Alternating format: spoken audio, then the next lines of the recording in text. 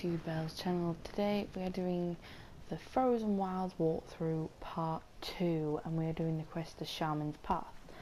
Now in the previous video we did go a bit far too much into the Shaman's Path, but this quest is very long, and we spoke to Artak. Now I'm not going to speak to him again because we did in the last video.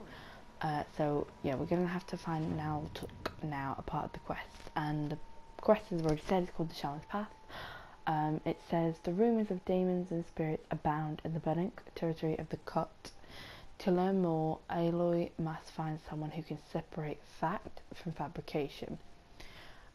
So the rewards are 1 extraordinary reward box, 10,000 XP and 6 blue gleam, which is a new currency in Horizon Zero Dawn. As I said, please watch the previous video and you will obviously learn of what's been going on, how we got to the Cut from Horizon Zero Dawn original map. So right now I'm just looking, and Frozen Wilds does offer various new weapons, like the striker bow. That is amazing. From what I've seen, I haven't got it yet, but it's supposed to be, I mean, if you see the damage, it does, normal arrows do 40 damage, whereas the one I've got with 3 damage modifications, it still only does 34. So yeah, it's good. And that, and the hard point arrows, which is what I use normally, 70 with no modifications, whereas this one with a lot of modifications is only 68. So getting that is going to help you straight off the bat. And to get it you need 16 blue gleam, and I'm only going to get 6, so you still need 10. Now there are blue gleam stores all around the Cut, and I will look into finding them after we've completed the quest. So what I'm going to do is right now is I'm going to buy a ton of wire, because I just need it for my store, and this quest is probably going to be in 2 parts due to the fact that it's very long. We're probably going to, as soon as we get to the actual Shaman's Path, we're going to stop, but there is, before we get to it, we need to find Naltuk, and he's going to tell us where Aurea is. Obviously we need that. So what I'm going to do is I'm just going to open, because I just bought a few bits there, I'm going to open a treasure box. It just gives you a weapons coil and things like that. I don't think it's amazing, but yeah. I'm just going to check also my, my weapons and things, make sure they're up to scratch. So look at these there, I have 40 here. 39, oh I have more. 38, that does nothing. 10, I've got again 38 damage. A fire, I have 40, but it does give handling. Is it worth it? No, it is not. 41 freeze damage, so yes, look at that. It may add 20 fire, but it reduces a lot more. And I really only use the freeze ones of that anyway. The same goes for all this. Yeah. Okay, so I think we are... This is just really blasting. I haven't even used this thing yet. It's from the Hunter's Lodge. Pretty good. And outfit modifications, do that before you start playing. Obviously it's important. So this minus is 9 and minus is that. No, I don't want to do that. I want stealth. Yeah, that's even. Okay, so now we're gonna go. Now blue game, obviously. Oh, crown! Look at that. You got pigment, Bannock, and then hunting goods. So that's just normal. Yeah, so we're gonna make our way quick to find Naltuk. We're gonna miss a lot of the stuff going around, you know, quests and things. You can see obviously these exclamation points. We're going to miss them and we're going to come back to them in other episodes. So I think we're going to do the shamans and then we're going to do some of these side quests and see where they take us in the map.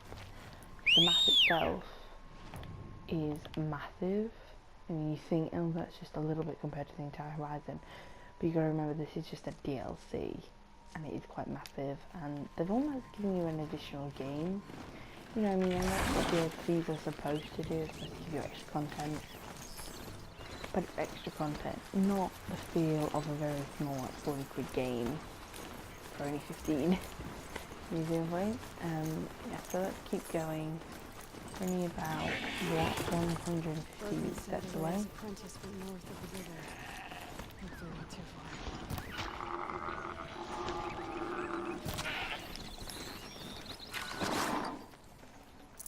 There are some unique animals here. You can have owls, which you can spot from above.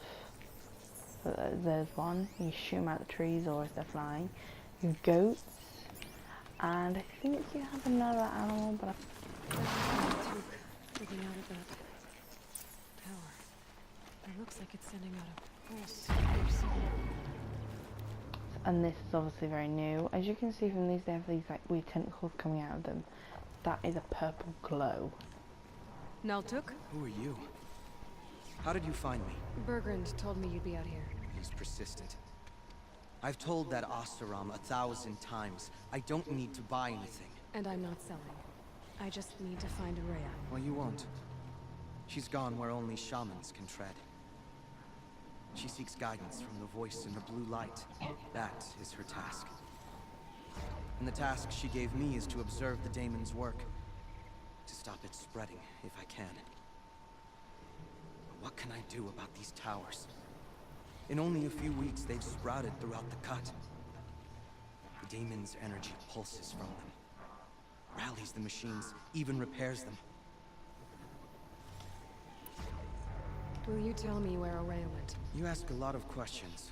Only when I'm not getting the answers I need. There's but one voice Araya wants to hear right now, and it isn't yours. I'm sorry.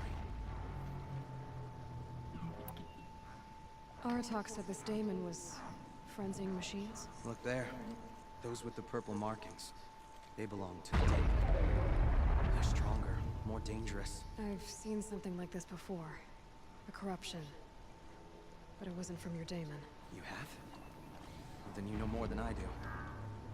These towers, were they part of your corruption? No.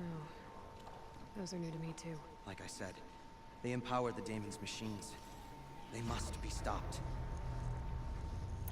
Alright, you want to stop the spread of the daemon's work? I know how to get started. With my bow and spear. Outlander, wait. Won't you tell me your name? Aloy. Good. If you fall to the daemon's machines, at least I can properly recount your efforts to Araya. Thanks for the vote of confidence. But I won't fall. And when I'm done, you're gonna tell me where she is. So let's go. As you can see, there's a long neck.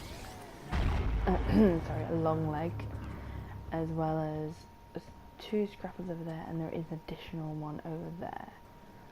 So just be aware of this. Now what I'm going to do is I'm going to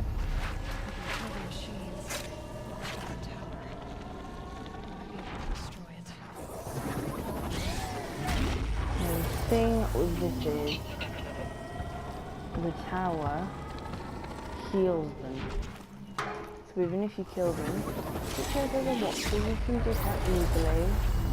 But if there's scrappers or long legs, things like that, it's a lot harder to destroy them before the tower sets off again. Okay then, let's see if this thing can work for me.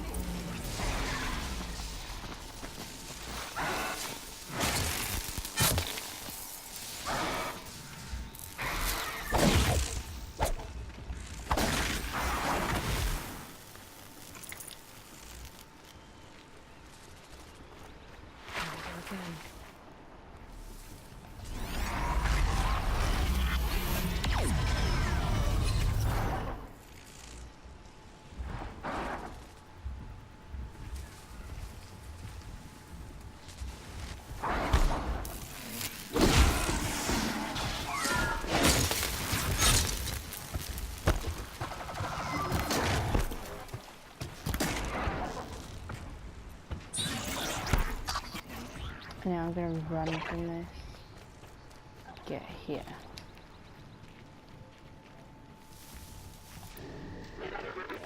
I forgot to put my tripcaster out. Hold on. So yeah, when you are playing, obviously you can change what loadout you have.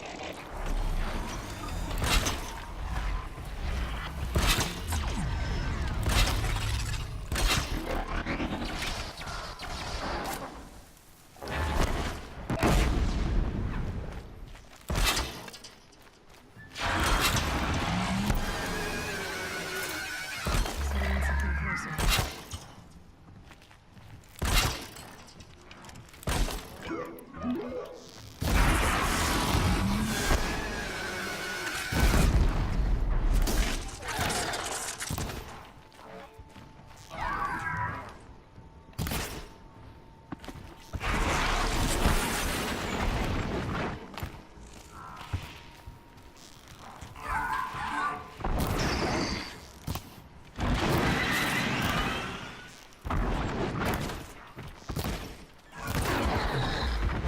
Okay, so there you go. So the tower helps nearby machines, but it can be overridden.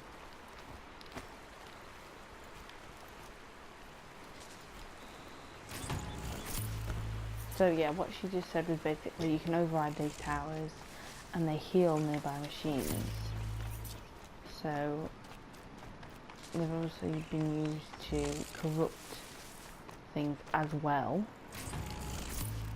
This is very similar to the corruption we experienced in Horizon Zero Dawn. So do be aware of that. Except this one seems to be a bit more advanced and more evolved. Seems I can take care of the machines and towers. The daemon's next. You claimed its power for yourself somehow. Perhaps Aurea should meet you after all. What she truly seeks is hope. After what I just saw, you could show her that. She's in retreat beyond those mountains, the ice rasps. You'll have to walk the Shaman's path to get there. You'll know you've reached the end when you come to a shrine. A great machine covered in blue gleam. Shamans who complete the path take a piece of it as reward. If you make it that far, you should too. You'll have earned it. Were you with Aurea when they attacked the mountain? I wish I had been, even with all that happened. I'm no warrior, though, so she bid me wait. When Aurea and the chieftain returned, I saw them argue bitterly. I don't know what about exactly. Then she came to me, gave me my task, and left us. Bergren told me you're Aurea's apprentice. In her absence, I served the chieftain and his werak as an advisor, a scout, a speaker for the blue light. A lot of responsibilities. I don't know if I can live up to Aurea's example, but I have to try. I owe her that much. She took a chance on me, an aspiring shaman from the edge of the world. No one else would.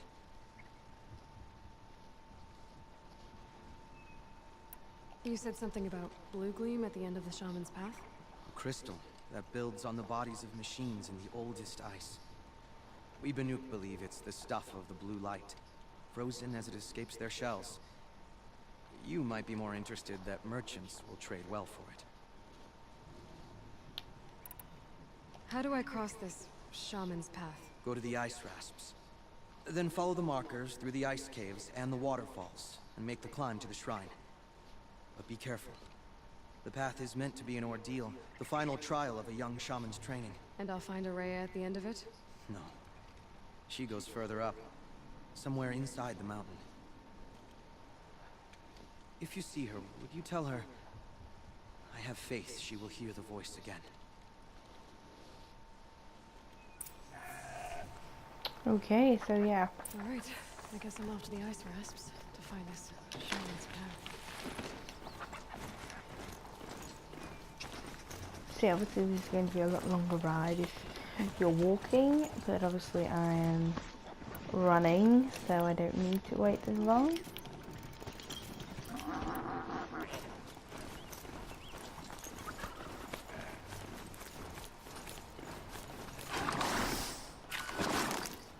So the good thing about obviously I have gone through the perks in the first part when we were, you know, coming to the cut. And you probably saw how, you know, the perks you can get, and with the perks of this you can... Must be the ice wasps. The shaman's path begins somewhere above. Yeah, sorry. You can pick up resources now with mounts, and you do have an additional storage. Obviously because this comes with new resources, and, you know, there's just enough now. So yeah, I'm riding up here with this. I'm going to leave this creature here. And we're just going to follow up our own way. So it's kind of like twisty, you know, back and forth type thing. The view is spectacular though. Got to say that, it's spectacular. So yeah, when you get to here you're going to start climbing.